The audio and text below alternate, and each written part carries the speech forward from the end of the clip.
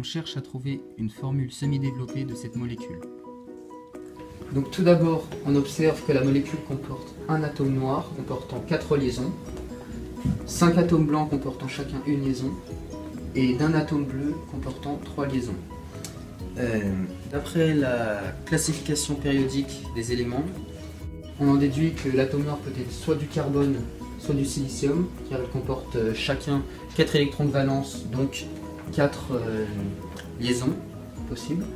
Ensuite, pour les atomes blancs, ça peut être soit de l'hydrogène, soit du lithium, soit du sodium, soit du chlore, soit du fluor, car ils ont une liaison chacun, donc un électron de valence pour ces trois-là et 7 électrons de valence formant 3 doublets non liants sur le chlore et le fluor.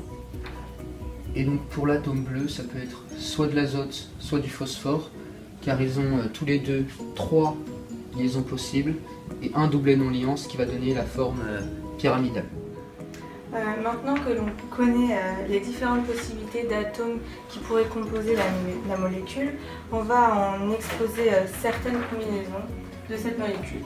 Donc ici, nous imaginons que l'atome noir est du carbone, que l'atome blanc c'est de l'hydrogène et que l'atome bleu est de l'azote, ce qui nous donne un semi-développé du CH3NH2. Ici, nous imaginons que l'atome noir est du silicium, que l'atome blanc est du sodium et que l'atome bleu est du phosphore, ce qui nous donne un semi-développé SiNa3PNH2. Ici, on imagine que l'atome noir est du carbone, que l'atome blanc et du lithium et que l'atome bleu est du phosphore, ce qui nous donne un semi-développé ClI3PLI2.